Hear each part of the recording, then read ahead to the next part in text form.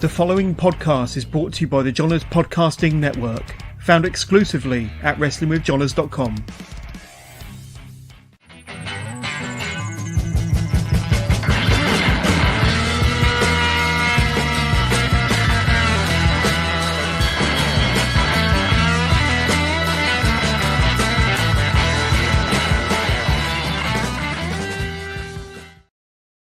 Hello, good evening. And welcome to everybody watching this wonderful live episode of Wrestling with Johners, episode 375, getting closer to that magical 400 episode. But today, as I have done since I returned in September, I have another returning guest here on Wrestling with Johners, but no ordinary guest. And in fact, ladies and gentlemen, no ordinary twat, because I've got a spectacular twat with us, none other than the reigning, defending Rixe Champion and one of the most creative minds in the wrestling business, Charles Crowley, the legend. How are you doing, sir? And thank you so much for coming back onto the show after 3 years. Can you believe it? Hello, yeah, thank you for having me. That's that is just scary that it's been 3 years. It's crazy, but yeah, thank you. Lovely intro as always. How are you? Good. And like I say, you know, we've spoken to each other at shows over the years, so we've spoken about getting you back on, and it's finally happened. And I can't think of a better time to get Mr. Charles Crowley back onto the Wrestling with Johners podcast than now, because let's be honest, ladies and gentlemen, 2024 was an insane year for Crowley, and can't wait to take a deep dive into all of that. But first of all, for anybody watching us live at home, thank you so much if you're watching us live on Wrestling with Johners on my YouTube page, and you are welcome. But please, we are fielding questions. If you have any questions, any comments for the legend, for the spectacular twat, for Charles Crowley, then please send them through to us now using your chosen device. We'll do our very best to answer them during the course of this interview, and we have had quite a few questions come through already. But before we start asking Charles Crowley all them fantastic questions, just a quick reminder, now this is only my third interview of 2025. We're doing lots of other stuff, lots of other projects for various promotions across the UK. But my first interview that kicked us off back in January, a month ago, was Kid Lycos 2. Graced us with his presence. A fantastic interview, really, really good, insightful interview. And another individual that had a standout 2024. And then we skipped ahead a few weeks, and only last week, 7 days ago, somebody that Crowley knows very, very well, Hustle Malone, came on to the Wrestling with Johners podcast. Another gentleman that don't do many interviews, but he came on to Wrestling with Johners, spent a good hour and 35 minutes talking to me, everything about his return, about his physical transformation, about Sacrifice Pro, Wet Cake Pro, and all that good stuff. So go and check out those two interviews on whatever audio platform you're listening to this on, or of course YouTube. And don't forget to hit that like, follow, and subscribe button. But today it's all about this guy here, Charles Crowley. After 3 years, it was February the 9th, 2022, when you were last on the show. And when we did speak, I think you're only days removed from having just won the King of the Carnival, the Wrestle Carnival Men's Championship. And as we discussed off air before we went live, you hadn't yet wrestled outside of the UK. I think that was yet to come when you defended your Carnival Championship in the WXW ring against possibly Big Guns Joe. I can't remember. But that just demonstrates in a nutshell what a crazy 3 years it's been and how much you've achieved in that time. Yeah, well, you know, you saying that is just, it puts it into a perspective that I hadn't considered. Because I was thinking, no, surely I'd been abroad. But yeah, I mean, you know, I take a lot of pride in the flags I've got in my social media bio. You know, I love that. I just love that fact. But yeah, no, since then, I've been to, you know, Dubai, Japan, like loads around Europe, Canada, the US. I've done loads, and I plan to do many more. I plan to go back to all those places again. So yeah, it's not like I've just popped over there and back. I've repeatedly gone. So yeah, there's a really lovely way of putting it. Absolutely. We're gonna break down. We're gonna touch on all of that to many of the countries that you just spoke about as well. But now I was possibly expecting to speak to a very jet-lagged Charles Crowley today. You do look a little bit blurry-eyed. Maybe that's the contact lenses. I'm not sure. But so you only returned from your latest trip over to Canada yesterday morning. and you were over there last week. I think you performed Friday, Saturday, and Sunday over in Toronto, and Saturday and Sunday for Smash Wrestling, if I'm not mistaken. But you're becoming a bit of a regular over there. In fact, it's probably been a few months since you were last over in Canada, but since 2022, that magical year, once again, you've been over there on a regular basis, and it is becoming a bit of a home from home for you. Smash is the best. Smash, you're right. It absolutely does feel like a home from home for me. And that's not just because the promoter is just Sebastian. He's believed in me. He saw something at me. So it's funny you talk about WXW Wrestle Carnival, because that's where he first saw me. And it's because of that. So, big up Gary Ward, because, he gave me that platform. And that platform got me seen by Smash. And, Sebastian, ever since then, has been a huge advocate of me. He's supported me, and he's been, a fantastic friend as well. So he's brought me to Smash thinking I'll do well. And I have, which is the beauty of it. So I feel like I'm repaying the fact. I'm not, I'm going over there and people are talking. People are happy that I'm there. People want me back. People are like, when's he next coming back? And I understand that it can't always be, all the time, but the locker room there is amazing. And their locker room is so full of talent, and they've got I think Sebastian's very good at like nurturing what makes people unique, and he makes sure his shows are like full of like variety. And so he's done a really good job there with his roster, because they're lovely people as well, and they make me feel at home. I totally agree. Absolutely. You've had a lot of success over there. You've really become one of the staples and a big fan favorite over there. But one thing that's missing, I don't think you've won any gold over in Canada. I don't think you've ever won any championships in Smash Wrestling yet. What's going on there, Mr. Crowley? And I'm sure we would talk about you as an international champion very, very soon. But surely you want more international gold, starting with that Smash Heavyweight Championship. Well, I'm trying, Jonas. I've had one opportunity at it so far, and that was against Psycho Michael, that prick. And up until then, I was undefeated. I was smashing it at Smash, and but Psycho Mike is just a different beast. How do you deal with Psycho Mike? You'd think you'd understand, because he does the same thing every time, and he body slams you. But at the same time, you never know when, you never know how. And it's I learned a lot from Psycho Michael. But this is the case, and that I'll just keep going back. But I agree. I've made it very clear I want the Smash Wrestling Championship, and I will get it, and I will post this clip up one day when I get it, so they can know that I've wanted it the whole time, and I said I was going to get it, and I did. There we go. Things that have been said on this podcast over the years have manifested into reality, and things actually happening. And I seem to remember the last time you were on, you started to throw shade at Alexxis Falcon before you even had your first match with her. And then Yes, you look at the rivalry you had, and then the partnership and everything that went down. So this is the place to be if you want to manifest things in the future. Now it's out in the universe, Crowley. Well, apparently so. If only I had a cider. Oh, sweet. Jonas, can I drink this? You can indeed, you can, and you can swear as well. So, oh shit! So I'm going to bring up some graphics. There's some match graphics from your encounters over the weekend, but I also want to bring up these pictures here, and I don't quite know. You might have to add some context. And it's a still from a promo you shot after your match on one of those matches over the weekend, and that does bring us to our first listener question of the day. Here we go. From friend of the show, Richie. Are we seeing the emergence of a slightly darker and more out of control Charles Crowley, especially after what we saw happen for Smash Wrestling? So he's obviously referring to them pictures. We see the dark contacts there. We've seen many manifestations of Charles Crowley over the years as well. Are we going through a change once again? I don't know. That's the beauty of it. So you can call these contacts if you wish, Jonas, but I can call them a representation of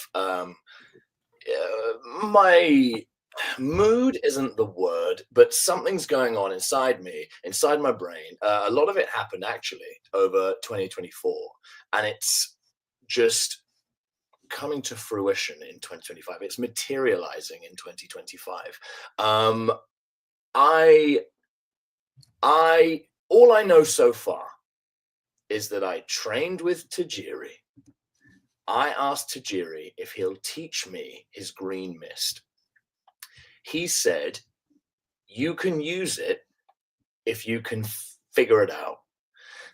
And I was like, Tajiri, you piece of shit. No, he did give me the green light for the green mist, and he said, yes, of course you can use it. And I was like, you legend, because he is just an incredible man, and I appreciate him a lot. He taught me a lot in a fairly short space of time. Like it was a month, but like in the scheme of things, like this is a short period of time. And he taught me so much, and I'm honored to have that nod of approval to use the green mist. I've used the green mist once. It's a lot harder than you'd expect. It's a lot harder to, like, I've not once achieved it in the way he does it. He is a pro of the green mist. And since then, since I've used it, I just feel like, there we go. Beautiful timing, Jonas. Since then, I feel like it worked wonders, but it's just kind of been simmering, and my brain's been going, and something's just been changing, and I've just been having all these kind of thoughts, and it's all just happening now. It's kind of distracting me a little bit, but we'll see. I think you need to, it's one of those where it's like, just tune in, see what happens, and so will I. We can watch together. Absolutely. Now we did have the pleasure of bumping into one another and having a bit of a chat in the Electric Ballroom before unboxing 29th of December, and we had a little bit of a chat. And one of the things I mentioned to you as we were kind of reacquainting ourselves was 2024. You don't seem to have been as active in 2024 as you may have seemed to have been previous years.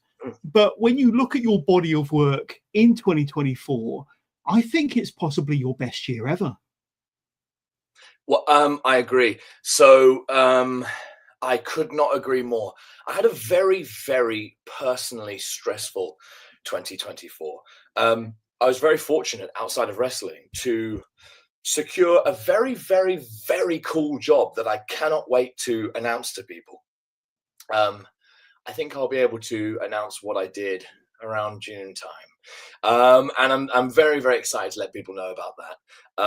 But as fortunate I was to be in that position, it took up a lot of my time. And I mean, like, the days were very long. I'd get home just to be able to sleep and then go back to work for about 6 months. So I was very fortunate. I got to go to Japan for a month before that started. And actually that was a problem with this, but we discussed all this. And I managed to do my very best to keep wrestling, because I need it to keep me sane as you want to call me or think I may be. And places like Riot Cabaret, I could make work, and thank goodness, because again, my journey with Spike Trivet has been it's developed me greatly in every single way possible.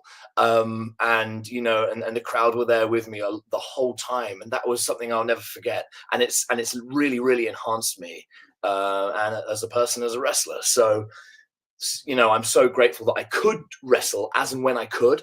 But I completely agree, when I did wrestle at OTT, Danhausen, there's been like several places, Germany, France, and so much has happened. But when I did wrestle, I felt like a different me. I felt like, because I was just so desperate, like to get out there, and my energy was just like, pow. And because I was forced to rest, my body felt better. Because before then, I'm very fortunate that I get to wrestle every weekend, pretty much. And I was a bit battered, and I just hadn't rested for a long time, so it forced me to rest. But here we are, and now I'm resting too much again. Absolutely. And I think, as you just pointed out, that rest probably did your body good. It's probably what you needed at that time, really. And also to get your body and your mind back in the game. And I think you've come back fresher and better than ever. And one thing you have accomplished, we spoke about you becoming more international over the last 2 or 3 years. And one thing that has been a result of that has been this here, becoming the Rixe Champion over in France. And it all happened, I think, quite recently, possibly as recent as December.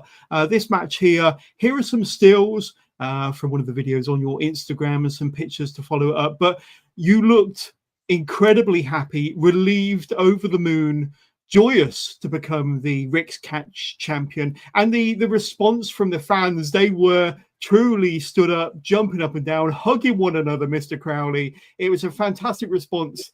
But I know Rixe Catch, we spoke about Smash Wrestling a moment ago, being a bit of a home away from home with how often you've been over there in the last few years. And I know Rixe has been a place that's become very, very close to your heart over a similar length of time.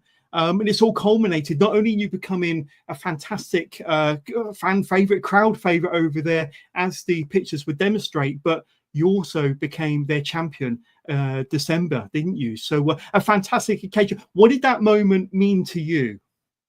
Oh, that moment was, I mean, sorry, my brain gets full and words spurt out. It meant a huge amount. For them to believe that this guy should be the face of their company, let's put him in that position and see how he does. And then I went there, won the championship. The reaction was what it was. Hopefully that proves that it was the right decision. And my opponents so far, again, have been phenomenal as well. Like, they've got some really, really good talent there. Rixe is a very cool promotion. So to be the face of such a cool promotion is like, whoa, does that make me cool? I don't know. Maybe I've made it lame. I don't know. But too late, I'm the champion. So it means a lot to me. I love going over there, and I plan to defend that championship and leave a good, strong list of entertaining, unique batterings, during my journey as champion there. Can you explain the connection and the relationship you have with the fans over there? Because I've seen the match, I've seen the clips, and I've seen the response of the fans afterwards. As I explained, they were literally hugging one another and jumping up and down for joy when you won the championship. That must have meant a lot to you, not just having won the championship, got that 3 count with the belt in your hand, but the reaction from the fans as well. They've really taken to you over there, haven't they? Yeah, seemingly so. And I think that's so cool. I think I heard a lot about early days before I won the championship that France, the shows aren't as frequent as they are in England. We're very, very lucky that we've got so much wrestling. But because of that, the French fans are just, their energy is already like at the top. Like, me not being able to wrestle as much, it's the same as them not being able to watch it as much. So when they're there, they've got all this energy like stored up, which is badass, which is a testament to the UK fans, because they still give the energy as well. So what does that say? They're wild. Maybe drugs. But the French fans, like, they'd say like, you're such, a breath of fresh air, like just because like the style of wrestling in France has been a certain way for a long period of time. Yeah. So for someone to come in and, I don't know, talk the way I talk, move the way I move, and then put on, hopefully, top quality matches, then they're like, whoa, who's this guy? And I've been very grateful for that. And I think they can tell that I'm happy to be there, because I absolutely am. Absolutely. And I'm going to bring up a few more pictures. And there you are with the quite fantastic Rixe Catch Championship there. It's cool, isn't it? Looking pretty damn sexy, if you don't mind me saying. Yes. And but speaking of success in 2024, we've got to talk about this here. And we're going to skip back nearly a full 12 months now, Mr. Crowley, back in the Electric Ballroom. I believe it is February 2024, when yourself and Alexxis Falcon, I think maybe in your second match of the day. And I was there. I think you may have faced Danny Black and G Money earlier on in the show. And then you was surprise opponents for the Smoking Aces. I think the crowd called them something different on the day. But that was a surprise for all of us. But not only that, more importantly, and historically, yourself and Alexxis became the first ever male and female tag team to win the Progress World Tag Team Championship. So not only a fantastic occasion, a momentous occasion, a historic occasion, and I'm sure an occasion that it still lives very fondly in your heart, even today, 12 months on, Mr. Crowley. Yeah, even you saying that, I feel it. Like it just kind of shoots through my body, because I remember when we won them. It was just, how do I put that into words? I know I like to talk, but that's so difficult, because it was just an incredible feeling. Like it was somewhat of a surprise to us. Like, we went with intention, but it's a tricky one, because that meant everything to us, and actually those championships meant everything to us. But we were also really aware that like we were having so much fun. And because we were having fun, we were enjoying it. Because we were enjoying it, we were doing better. We were performing better out there. We were badass. We'd also trained our asses off to make sure that we actually could hang there. And I don't mean hang there in regards to us as individuals, because we know we can more than do that. And I truly do believe that both her and I respectively will be singles champions at Progress. But as a tag team, we were still so new. And so for us to be like, one thing we're good at is putting ourselves in positions to succeed. And that was one of them. And guess what? We succeeded. Do I think we should have had them longer? Yes. But ultimately, that's always going to be on us. What can we do? So, I believe one day we'll win them again. And I look forward to it. But until then, time for a solo journey. Absolutely. Let's bring up some more pictures. And there you are, matching outfits. The crowd absolutely adored you. And the response you got when you won the championships was incredible. And I think that was possibly the same night that Kid Lycos beat Spike in the steel cage match. And I think that the response for your title victory was just as loud and just as raucous for what Kid Lycos got at the end of the evening in the cage match. But you did get the opportunity to defend your Progress World Tag Team Championships over in Philly, didn't you? WrestleMania weekend. Now, correct me if I'm wrong, but I believe that was possibly your first match, your first venture as a professional wrestler over to the States, and the same for Alexxis as well. And being able to defend your Progress Tag Team Championships over there during Mania week on the GCW Collective for Progress, of course. Now, it was the match where I believe you lost your championships to Big Damo and Axel, but just getting the opportunity to be out there and to defend your titles in the States over Mania weekend, and that crowd, it was huge. I remember speaking to Memes, because he was part of Joey Janela's spring break against Matt Cardona, and I think you probably watched that match. But I don't think that was Memes. I think that was Blue Kane. No, it wasn't. It was Blue Pain. WWE, yes. if you're watching, yes. Edited. Don't cancel the Wrestling with Johners. That was Crowley's mistake. but no, you are right. But the crowd over in the Penn's Landing Caterers Centre was huge, and I'm sure that you felt every second of that atmosphere out there. But in your own words, what was that like to defend your championships over there, considering the occasion and kind of the worldwide audience watching as well? Bittersweet. Because obviously we lost, and that, unfortunately, because it's such a big thing to lose something like that for the championships that meant so much, you can't help but think of that day as a well, I personally can't help but think of it as a bad day because I just can't. However, before that moment, knowing that there's this big crowd with all these eyes on us, seeing like, right, well, who are these two that don't know us, and the ones that did were happy to see us, which was cool as well. There was a lot of US fans that were like, I followed your journey, and it's very humbling when you do that, when you go to another place not expecting that, and then someone says something like that, and you're like, wow. Like, you don't know who's watching. You never know who's watching. So just keep doing your best and keep putting your best stuff out there, and the response will come back. It was amazing. It was so in that sense, it was incredible. And obviously we were up in that match with two of the best tag teams in the world.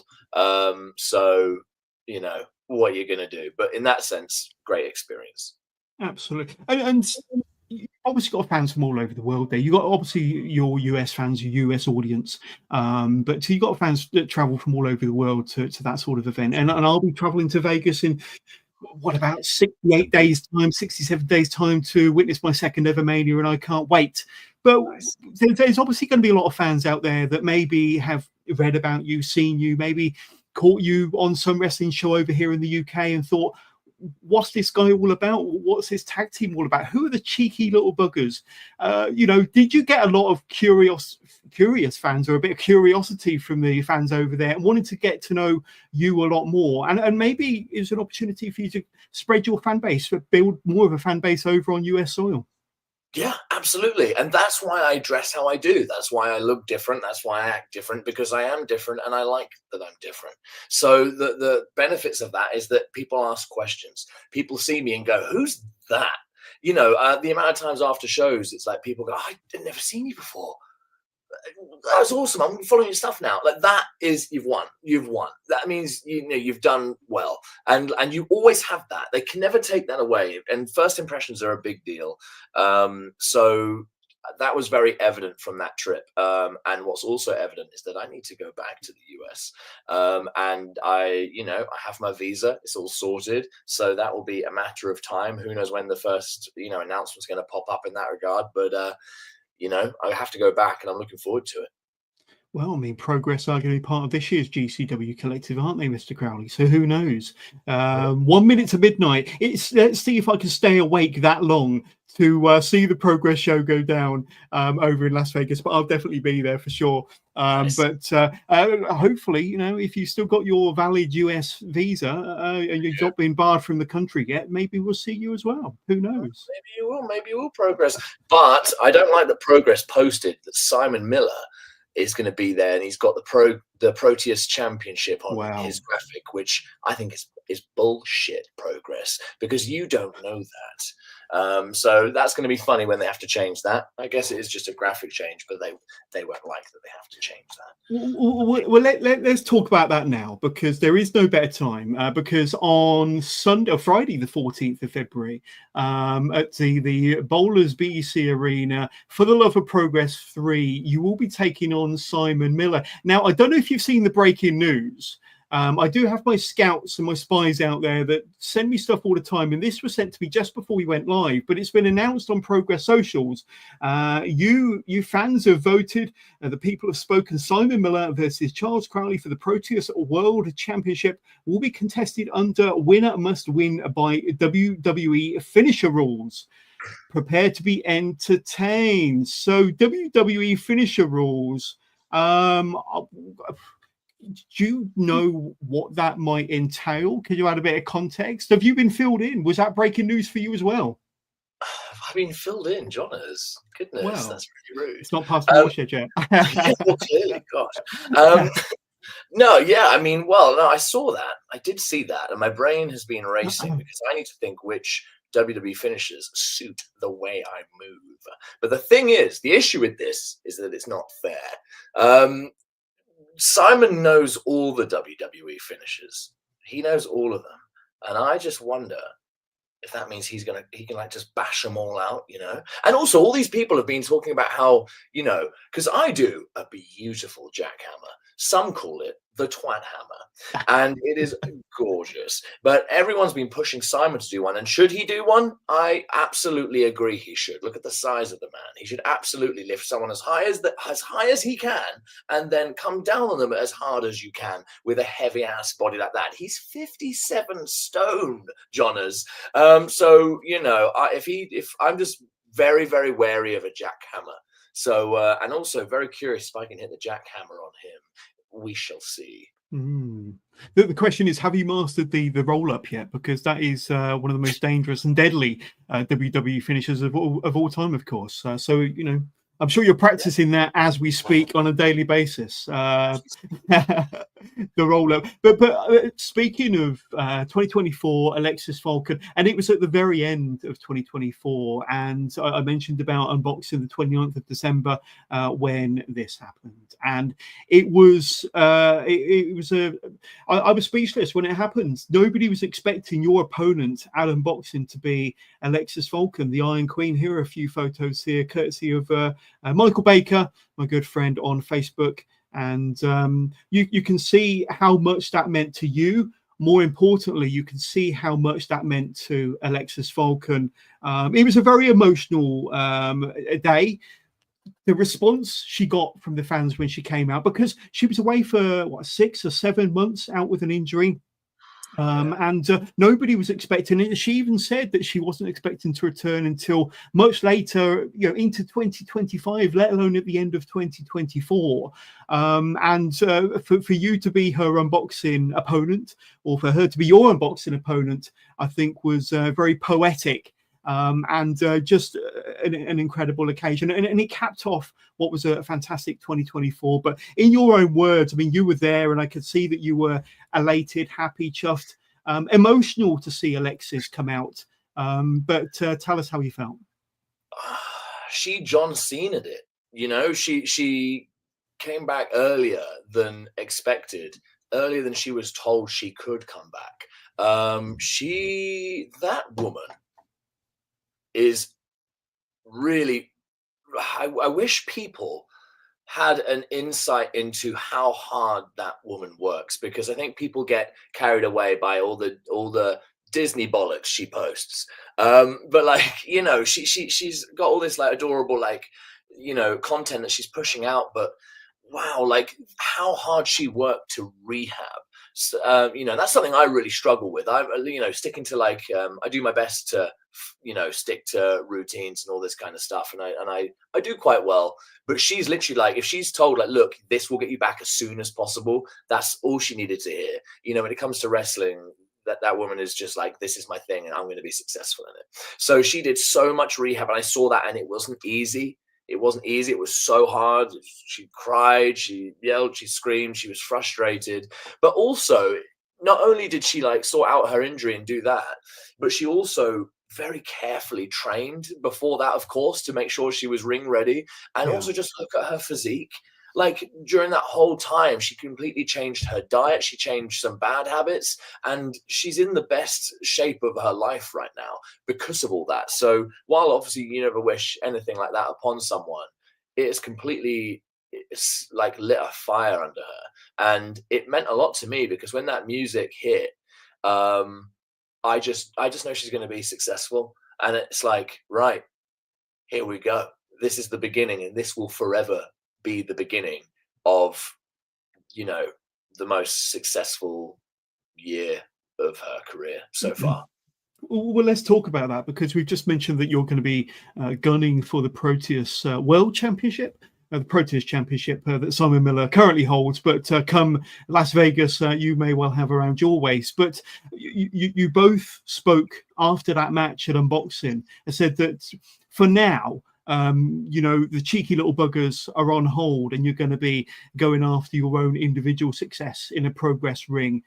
We know what your sights are set on, Mr. Crowley, but Alexxis, she very much deserves a crack at the Women's World Championship, which is something she's not necessarily had fairly before. Do you think now is her time? Could 2025 be the year when we've also got Nina Samuels as champion at the moment? Formerly, it was Rio. So you've had some fantastic names there holding the championship. Will Alexxis Falcon, you know, be one of those in 2025? If she can get around the issue of, you know, there was some kind of political thing where she lost a match and wasn't allowed to compete for it. Right. If she can sort that out, if she can deal with that, if she can get around that, and then there's nothing stopping her. And I really, really, really do believe that she will be Progress champion. It's just a matter of when. Absolutely.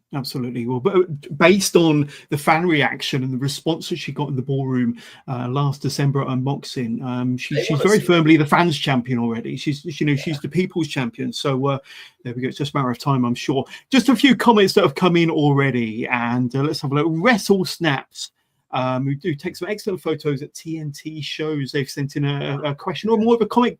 Crowley is my favourite in British wrestling and an absolute star. Looking forward to seeing him at Progress in Manchester next Friday, as we said, the 14th, when you're shot at Simon Miller's Proteus Championship.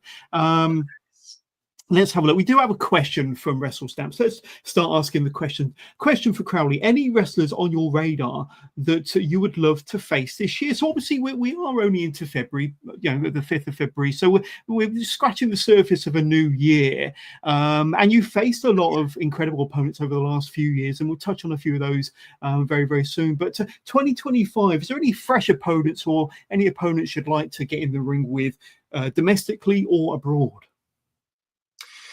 Domestically, yes. I mean, yes, there is. There really is. Interestingly, though, I wonder if it's anyone people will think that I would want to wrestle. But one of the top guys is Connor Mills. I think Connor Mills is such a badass. And I think I love the way he fights. I love how focused he is. And I think Connor Mills is the perfect example of someone that probably, absolutely, underestimates me. And I think that is perfect because that means I'll win. I just think, you know, when I'm put in the ring with people like Mills, that kick the shit out of people, not only do people see that I can take a beating and get back up from it, but also I can capitalize on that. You know, that it highlights my strengths just like it highlights his strengths. I think Connor Mills is sick. I think Connor Mills is sick. I really enjoy watching him wrestle. So I would love to go in there and make him look like an absolute bellend and kick his ass. Both the Lycos boys, respectively, I think they're both great. So I think one-on-ones with them would be awesome, but they're always just hanging around each other. Who else? Do you have any thoughts, Jonas? Anyone you've thought of? Let's have a little think. Well, you faced the biggest and the best names across, you know, many countries already, but I'm sure one will come to me. I'm sure one will come to me. I might come back to that. If a name pops up in my head as we're talking, I might scream it. Very interesting. Also, if Wrestle Snaps is still watching, they are fantastic. Amazing photos. Indeed. Shout out to Wrestle Snaps. Rich has been in touch again, and let's have a look. One of his favorite moments in 2024 was watching Alexxis Falcon's return at Unboxing and getting the win in a fantastic match. Thank you, Crowley. And he does kind of throw a little bit of a curveball here. And myself and the Twat Nation would 100% love to see Charles Crowley in this year's Progress Super Strong Style 16. Now, I know that you've been in Super Strong Style 16 tournaments before. I definitely remember the encounter you had with Charlie Dempsey. What was that, 2023? Yeah.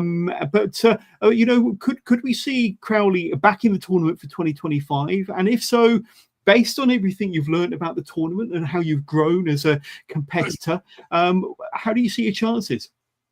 Well, you know, so I'm glad you've mentioned Super Strong Style because the first time, it was Charlie Dempsey. I think 2022.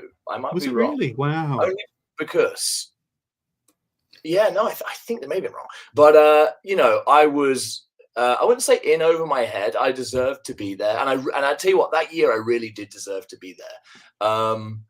But just look at me now, like, come on. And so I was eliminated in the first round in that, and then the second time I did Super Strong Style, I was eliminated in the second round against Mark Haskins. But it was progression, and would I have liked to have won it then? Of course. However, I can't not celebrate the fact that I got further.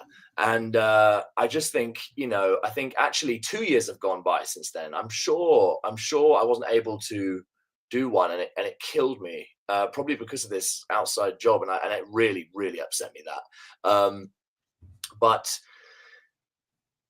I absolutely deserve to be there, and I need to be there because I just know that I'm so much better than before.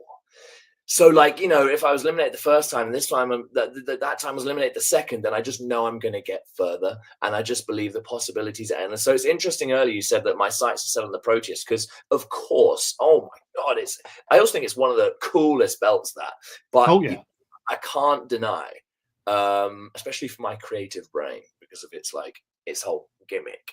But what I can't deny is that I'm going to be the best, and I'm going to be the best in my way. Do you know what I mean? So to do that, I need to be Progress Champion, and it's a journey. It's a journey that I'm still on, but I'm absolutely going to get there. And I think Strong Style is something that I've got to win. I've got to win it because it's just such a clear proof that I'm getting better, and I'm so much better. So I have to win it, Jonas. So yeah, I mean, I'll be there, and they better put me in it. I don't know what else to say because they'd be nuts. They'd be nuts not to put Charles Crowley in Super Strong Style. They'd be nuts. Well, let's talk about your growth then, because I first started. You came onto my radar directly after lockdown 2021, and like I say, I've watched you closely. You know, we've become kind of good friends, and I've interviewed you more than anybody that I've ever interviewed ever.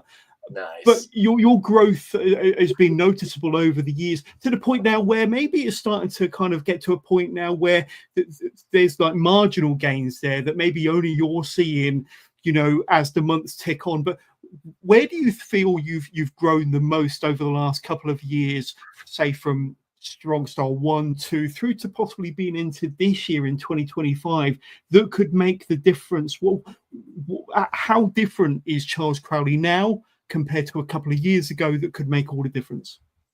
The focus is completely different, and also athletically and technically, I am far more superior.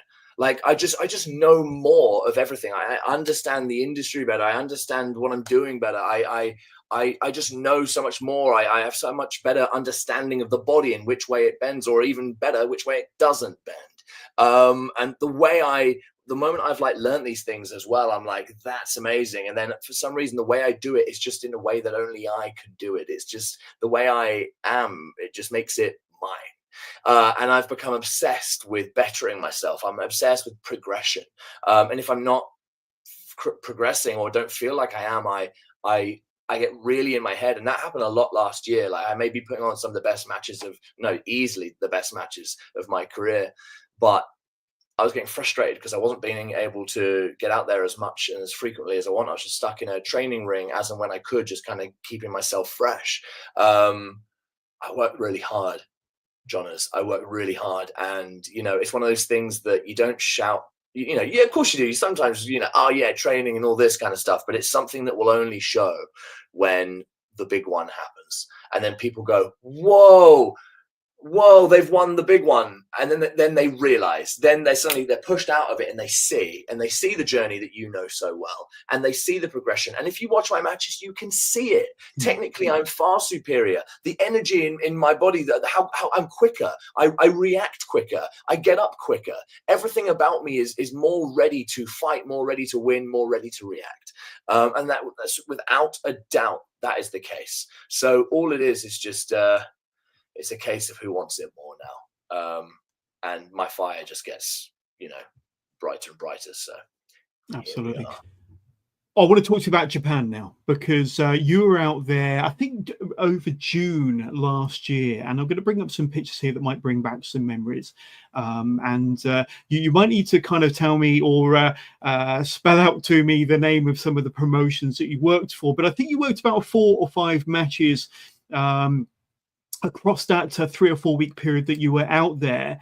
But a fantastic opportunity, and not only did you get to perform, you also got to train under the legendary WWE superstar, the Japanese buzzsaw Tajiri, of course. Now, I got a chance to interview Tajiri once at the Chinatown Hall a few years ago, and little did I know that he was going to do the entire promo in Japanese. And there we go.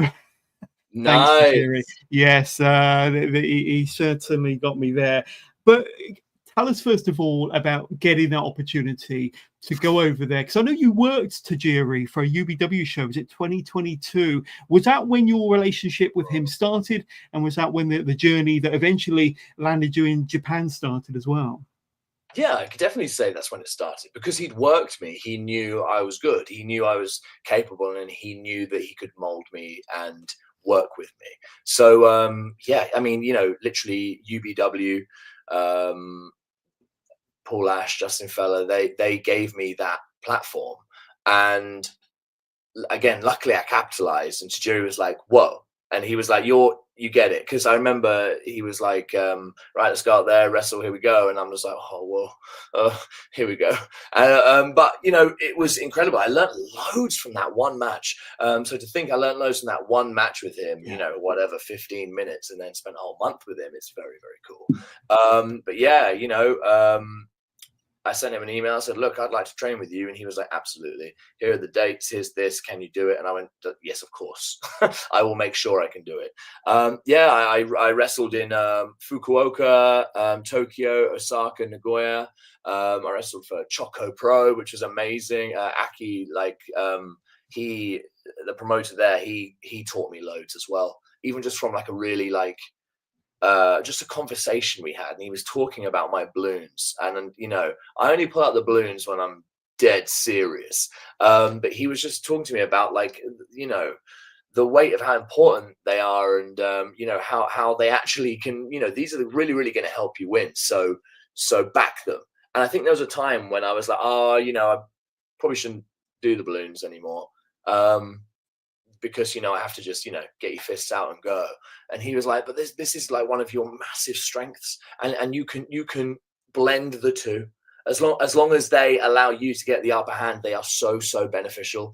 So a conversation with him was actually amazing. And ironically, in my head, I came out from Choco Pro, which is such a funny you know, promotion to watch, feeling more like a legitimate fighter than ever, because while it is funny and entertaining to watch, it is so legitimate. Everything they do is very, very legitimate. Even the silly stuff is all to win, and I love that about wrestling. I think that's so cool. So I learned loads, not just from Tajiri, but the other trainers at Kyushu Pro, you know, Aki, and, you know, Shigehiro Irie, and loads of people. So I came back just knowing so much more.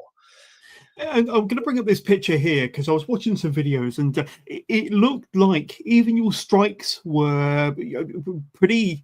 They were hard. You know, certainly you talk about Japanese strong style, and I think that you certainly bought into that while you're over there. It's like, you know, hit and get hit sort of thing. You know, you couldn't pull any of your punches or your chops or your elbows while you're out there. Did you feel that was something else that you kind of adopted, certainly while you were out there, was kind of that strong style mentality?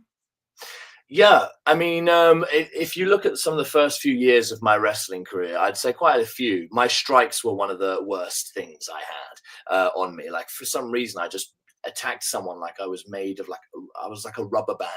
I was just like, and I watch it back and I'm like, why? How did I not know how to throw a strike? Like, you know, I'd been in fights before, so I knew what I was doing. But at the same time, when it came to wrestling and the context of it, they were crap.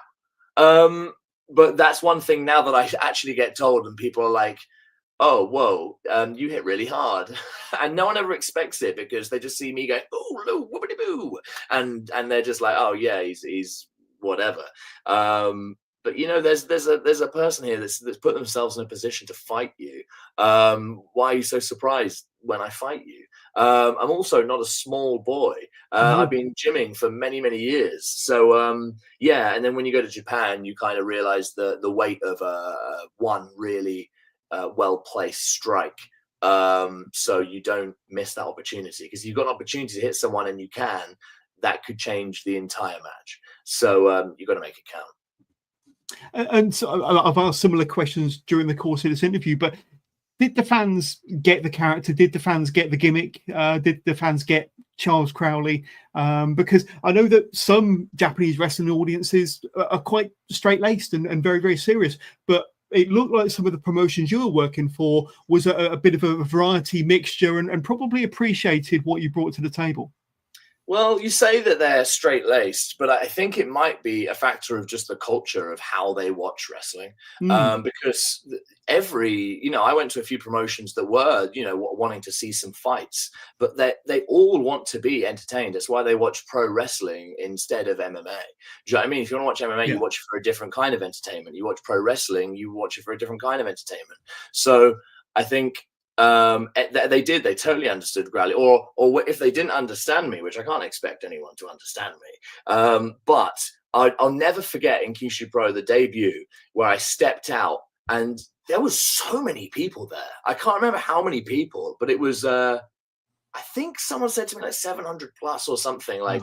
And for Kyushu Pro, I was like, I don't know. I guess I didn't expect that, and it was insane. But I stepped out, and I literally heard a collective, "Ooh!" And I was like, "That is so cool." We're talking about like that, you know, first impression. These people were just so like, "Who's that guy?" And I love that. I love that, and it just means I'm doing something right.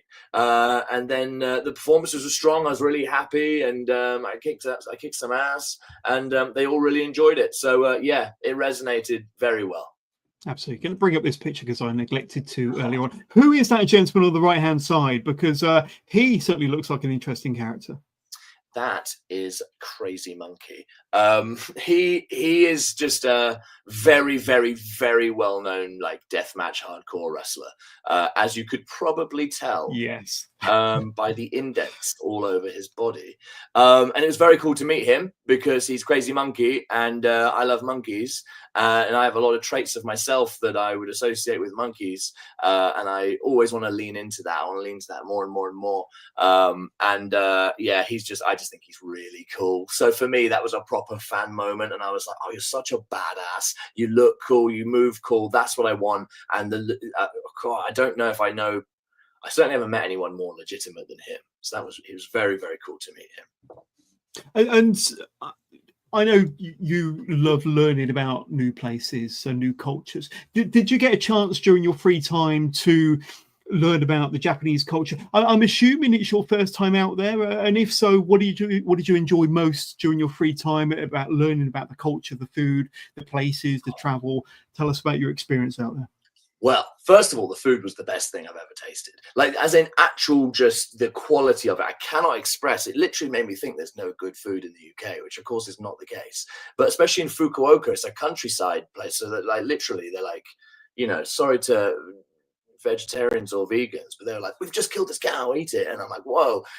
So it was just so insanely delicious. A lot of people out there were interested in the size of my penis. That was something I noticed. I literally got asked by people that I had no idea. I was in a pub, and these two Japanese guys, they're like, hey, are you American? And I was like, no, English. And they're like, oh, whoa, do you have a big penis? And I was like, whoa, hi. Yes. Find me a meal first, please. Yeah, exactly. But that happened a few times, and I was like, whoa. Also, I went just for like, I went to explore. I did a lot of walking in Fukuoka. You kind of like, there's a little bit less than there is in Tokyo, really, as you imagine Japan. But I went to like the main city, and I just thought I went down this street, and there was women either side with loads of prices. And I was like, whoa, prostitutes everywhere, Johners. And I was just walking along, and I was literally like, there are so many. And I kept walking, and they were like, a meter away from each other. And I thought, there can't be that many prostitutes. And it got to a point where I was like, something's up. That these aren't all prosies. And then I asked someone, they said, no, it's Japanese culture that you pay for like, basically like, let's say an hour of bar time. And you go and sit at the bar and you just talk to this woman. And I was like, oh, right. And they're like, because like Japanese culture, I think the work culture is so tough and so hard that there's this like escape where it's just, I just want to talk to someone that's maybe not my wife and get things off my chest. And that's the impression I got. And I thought that was wild. I thought that was so cool. So yeah, that was interesting. What do you think about that? Very interesting. Yes. And she wasn't a prostitute, but I got to hang out with LA Taylor, which is always nice when you're with someone from the UK. She was out there as well, and I got a chance to speak to LA Taylor about her Japanese experience. Go and check that one out. But changing subject, so we spoke about kind of the growth of Charles Crowley, and you're very kind of. We do see a lot of, especially for anybody that follows your Instagram page. There's a few posts about your physique and how you do work out. You take a lot of pride in your physique. Not only do you have tremendous gear, but you work hard in the gym as well to maintain your look. My question is, with your busy schedule, traveling around the world for different wrestling promotions, working within the film industry as well, do you find it difficult to kind of maintain consistency with regards to keeping your kind of physical appearance at its peak and just generally working out on a regular basis? Is that sometimes difficult for you? Well, not when you have steroids, Johners. Well, yeah, just inject loads of steroids. Let's say a few push-ups in the corner, and then 10 steroids. There you go. The answer is yes, Johners. It's very difficult. No steroids, promise, just creatine. It's really difficult. It's really difficult because I do a lot outside of wrestling that actually supports my wrestling. So for me to be able to wrestle, I have to do all this other stuff. But gym is something that's just consistent for me. even if I have like a bad workout, I still have a workout. I'm never happy to have a bad workout, but sometimes it gets hard, especially the way my brain works. I think of I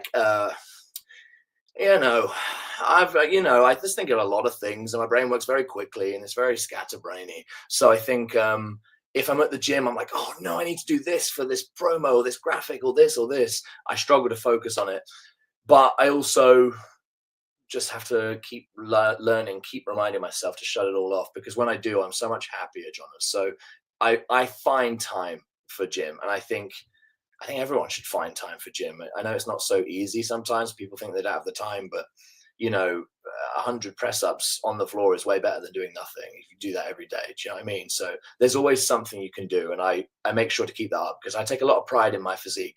And I think if you're going to prance around like I do and mess around and chat shit like I do, you've got to be able to back it up. So I think I will always have a solid physique in that sense, that that I can use and use well. Yeah, but absolutely, like I say, it's always intrigued me that with your busy schedule here, there, and everywhere, traveling far and wide, and working within the movie film business, that it must be difficult to kind of maintain that consistency. So I'm glad that I asked that question. Let's go back to some more listener questions, listener comments, and we've got Zilla watching us live at home via YouTube. Thank you so much, Zilla. Hi, and I respect and appreciate the imp of professional wrestling, Charles Crowley, legend, and I am a big fan of Charles Crowley. So thank you very much, Zilla, for watching and for tuning in, and we appreciate it. Don't forget to hit that like and subscribe button if you're new to the channel. Right, let's just see where we are. This is going to be a favourite topic of yours, Riot Cabaret. I know that we spoke about them briefly earlier on, and they've been around for a few years, and you've been very much a part of the fabric of Riot Cabaret since they began back in 2022. I think you've only missed maybe one show from the Clapham Grand in London, but it's a very unique promotion that I think a lot of wrestling fans kind of sleep on, to be honest with you. It draws a very wide mix of wrestling fans and non-wrestling fans as well. Talent from all over the UK and further afield, as demonstrated by their women's champion Thunder Rosa at the moment. But it really does offer a fantastic variety wrestling show, which I think is perfectly suited to a Charles Crowley. But I know that you know, Riot Cabaret is very, very close to your heart. But explain to the viewers at home why Riot Cabaret is so special to you, and why it is such a special group to work for. So Riot Cabaret, if literally you make a promotion called Riot Cabaret, and your creative aims are for it to come across a certain way, and as the way that it's presented now, it's like it's built for me. And I think they were aware of that from day one, and that they've brought me in and they've said, look, this is what we're going to put you in these situations. And they're creative minds. They're really, really good, but they don't hinder you. Just because they've got their own ideas doesn't mean you can't offer yours as well. It's the perfect combo, because I've got loads of ideas, man. I got loads of ways I want to do things and say things and all this. But they're so open to it, and it would just work really, really well together in that sense. And I was talking earlier about the UK fans having so much wrestling they can watch. This is where Riot Cabaret excels, because they are so commercially viable that they let all these people in that let them in because they've paid. But that maybe aren't used to seeing this. And then the wrestling fans are with fans of just, I don't know, whatever it is, theatre, or maybe they're fans of drinking. But they're all there, people from all walks of life. And it gives the wrestling fans new energy, because the energy really feels like there's so many people that haven't seen it much before. They haven't seen it every single week. Maybe Riot's the only show they go to, if that. And then the wrestling fans, there's more and more coming. You're right, they are sleeping on it, because it's a phenomenal show, and it is the epitome of what a variety wrestling show is. They've got top quality, like work rate matches, as you want to call them. They've got all sorts of characters, and they highlight that as well. They've got people on really intriguing journeys, all displayed perfectly with beautiful promos and promo packages and just great production value. I'm very fortunate to be there, and I love it, and I love the crowd.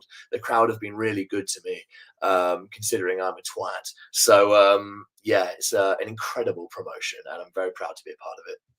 Going to bring up some pictures because you've had a storied Oh, rivalry and partnership with Session Moth, and you were the Riot Cabaret Tag Team Champions with Session, and there you are.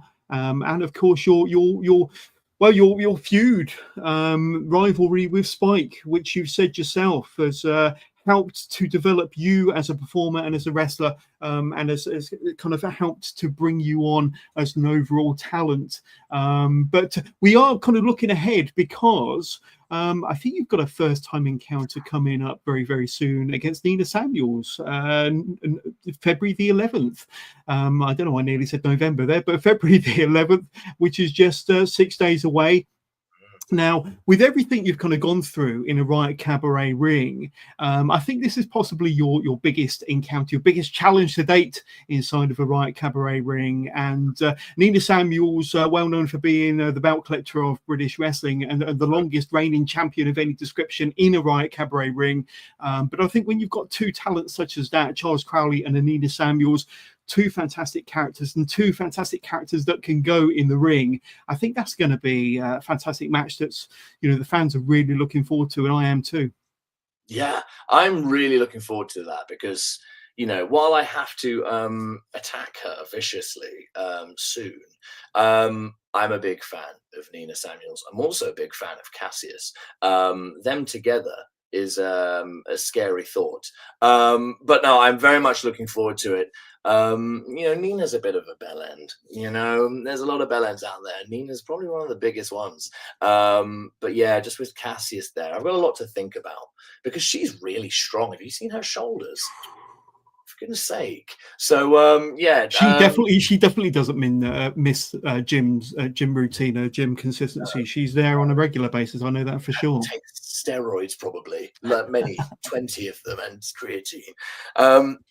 No, she's an absolute beast. And also that's you talk about like Moth as well. She's in like the best shape of her career now as well. Like everyone's proper up in it in regards to gym, and because Nina's a good example. Nina's always just had like massive shoulders. She's going to tackle me. If she hits me with a spear, I'm done.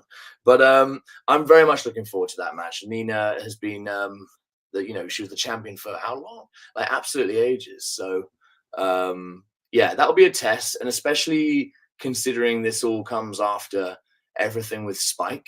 I'm a new me, so I'm going in there with something to prove because this for me at Riot is the beginning of my next chapter.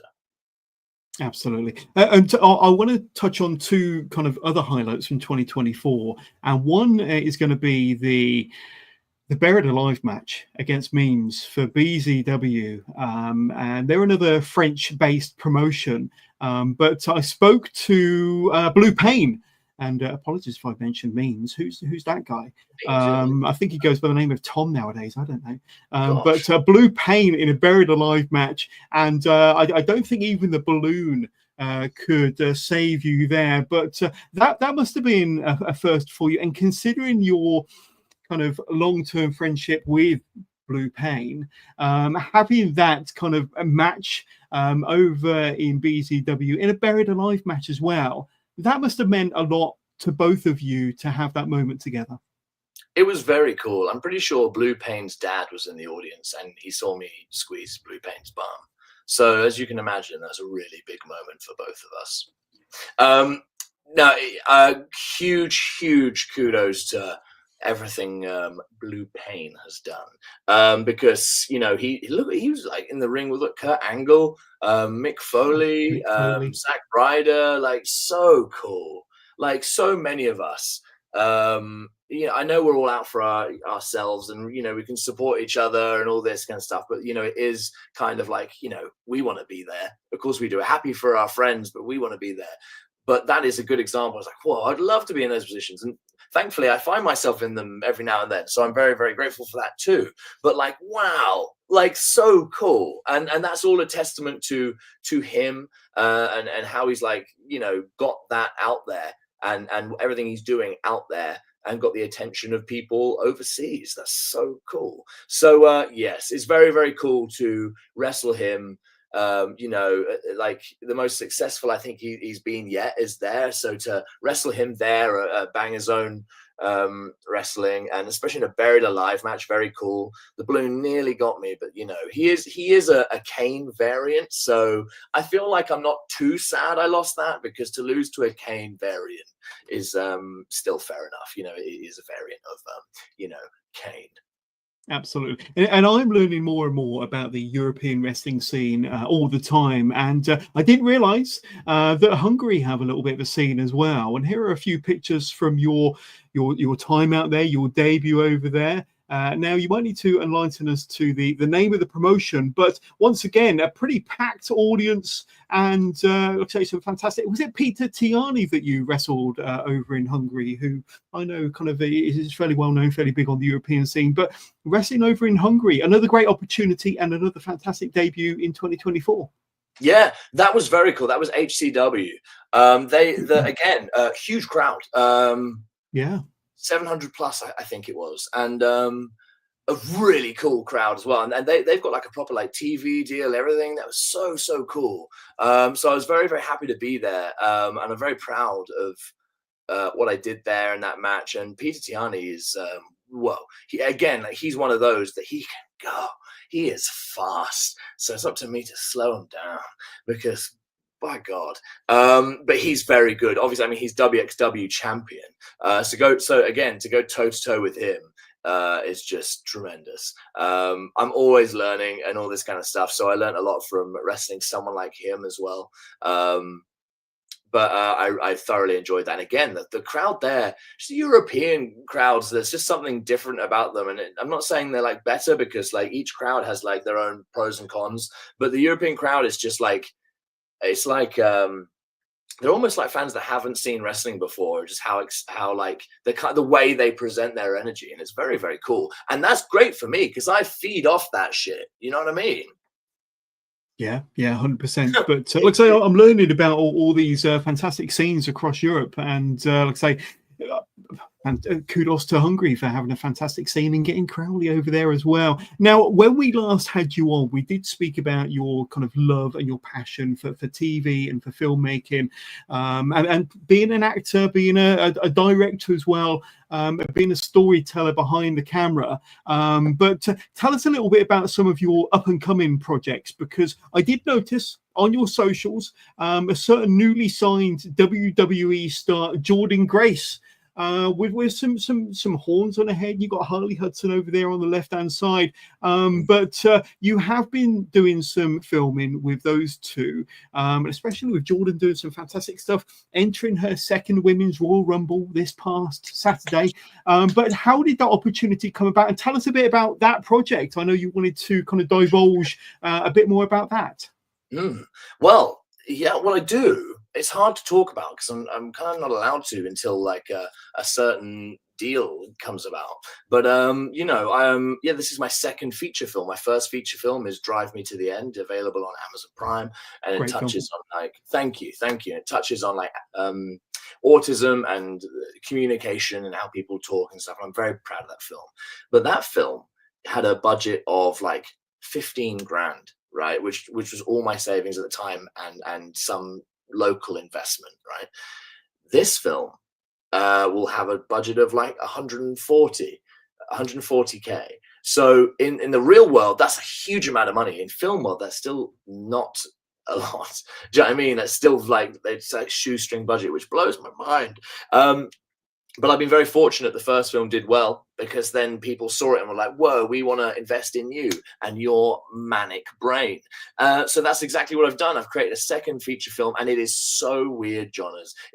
There are scenes in this film that you will have like never experienced. Just like you're watching and go, I've never seen anything like that. How did he even think that? And I tell you how I did it. I just did it, and it's one of those things where you say things and you're like, well, obviously I won't actually do that, but I actually just do it. Yeah, I brought in some amazing names. I've got Matthew Horn, who is Gavin from Gavin and Stacey. Bill Nye, is involved in the film, and obviously he's like a British legend. So that's amazing. And yeah, and Jordan and Harley for that matter, I just think they're stars. And so I got in touch with both of them. And I said, look, I'm doing this. And it's so interesting because, you know, people that aren't used to the acting world, they're a bit like, well, what does it mean, all this? And I'm like, I'm trying to sell them on a dream, because I know this could be huge, like huge. And, you know, I want to add to their star power. And I think their star power will add to mine in regards to filmmaking. But Jordan was real keen.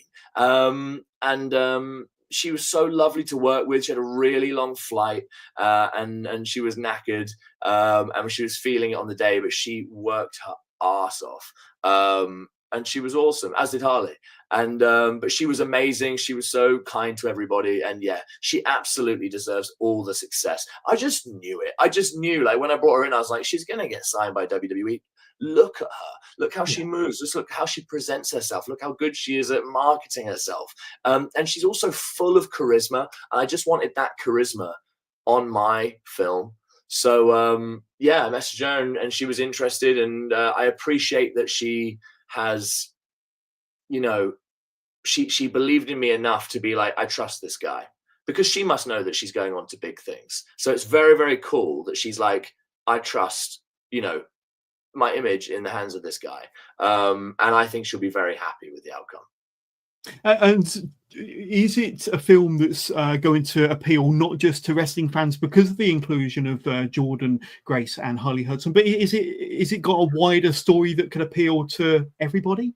Oh, hugely. Yeah, no, it's all about second chances. It's like if Labyrinth met Lost, the TV series. Imagine that kind of vibe. And it's just a, you know, a story of like kind of you know, you feel like, yes, that whole thing of everyone deserves a second chance. Like, we're all human. We all, you know, mess up. And I think especially this day and age, there's a lot of like finger pointing and blaming and like you know, for right or wrong, you know, people are just kind of like, it's like everyone's the law, and it's just like we should all help each other a little bit. I just think people should like be supporting each other more, and we're all human, we're all flawed, so like we all go through these journeys. And what this film shows is like a multitude of people going through these journeys, learning about themselves, and then it's kind of like, now which one of these people deserves that second chance? You know, have they learned the lesson that they're supposed to learn from fucking up in the first place? And hopefully it's just a really fun, entertaining, honest journey for people to follow. And it's so weird and it's so fun, but the message is quite deep. And I like doing that with films. I like presenting it and sparkling it as like, oh, this is such a fun thing. And you go away really thinking. Like the film Jojo Rabbit, like you go away and you're like, oh, that was so funny. And then you're like, oh my God, actually, that's really dark. And I've never stopped thinking about the film Jojo Rabbit. And that's how I want people to leave the cinema, because this film will be in cinema, which is very cool to me. That's very cool. And what's the best way to kind of find out more about when this film is going to materialize? Is there a website? Is there social pages? What's the best way to find out about how this film is developing and when we might actually see it at the cinemas? The only way at this point is just to follow me on my social media. Because even I don't know. Like the process at the moment is like polishing and painting and talking to places, and you know, you're like, who knows? Like, this is the kind of film that could be on any platform. So it depends what kind of platform picks it up. So in regards to specific timings, I don't know. Just follow me on social media, and you can bet I will be. Oh, is it down there? Scrolling along the bottom as we speak. But nice. We'll get into that in a bit more detail. But thank you very much for giving us a little bit of a glimpse into what those posts were all about and what we can look forward to in the future with Jordan Grace and Harley Hudson and Bill Nye and Matthew Horn and various others. But before we finish this episode of Wrestling with Johners, I do have a small bone to pick with you, Mr. Crowley, and this might explain what I'm on about. And Crowley sends through another message, but a bit more serious this time. In all seriousness, stupidly hardworking, more now than ever. An absolute star in the making. And then, but enough about me. Alexxis is great as well. I hate him. I honestly thought for a second he was being genuine. I did. I'm going to smack him when I see him. Oh, God, Crowley. Unbelievable. What a twat. What a twat. He is. I've sang his praises on this as well. Little rat. Unbelievable. Right, that's enough. I'm not showing any more of his comments. Mr. Crowley, can you explain yourself, please? I loved your questions, your comments scattered in throughout Alexxis Falcon's interview there, but that last one had us both fooled. So thanks, mate. Look, here's the thing, Jonas. I thought it was funny. And it the end. It was hilarious. It really made me laugh. Like, and you know what's funny as well is I remember sending the first one, and I genuinely meant it when I sent it. I didn't know I was going to send a follow-up. The moment I sent it, I was like, ha, ha, ha. And I really enjoyed watching both your reactions. I was literally on my own. I always feel like if you find yourself funny, you'll always be in good company. Do you know what I mean? But you had me fooled, and I brought them their comments up without fully understanding what was going on until it hit me square in the face like a shovel. But there we go. So we mentioned it earlier on. Your socials are scrolling along the bottom of the screen, and the best way to find out more about you and about your up and coming projects are all scrolling along the bottom. So you are available to kind of reach out to and to see what you're up to on X, Instagram, and Facebook. So tell our audience at home where we can reach out, say hi, and learn more about the Spectacular Twat. Yes, Instagram and Twitter is at Crowley Carnival.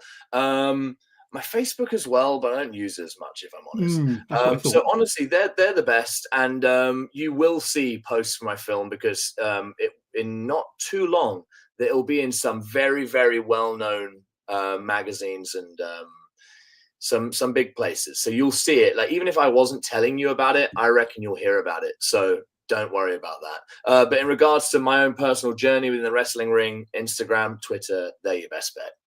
Awesome. But let's not leave it as long next time, Mr. Crowley. It's been nearly 3 years to the day. Let's get you back on in, say, a couple of years and to have a bit of a recap as far as your journey. See how far across the globe it's taken you. But I'll keep my fingers crossed that you win that Protest Championship on the 14th. I'm also keeping my fingers crossed that you'll be defending it over in Las Vegas, hopefully on the Progress Show as part of the GCW Collective. But from myself, thank you so much for being a great friend, a great guest on episode 375. But Charles Crowley, thank you very much.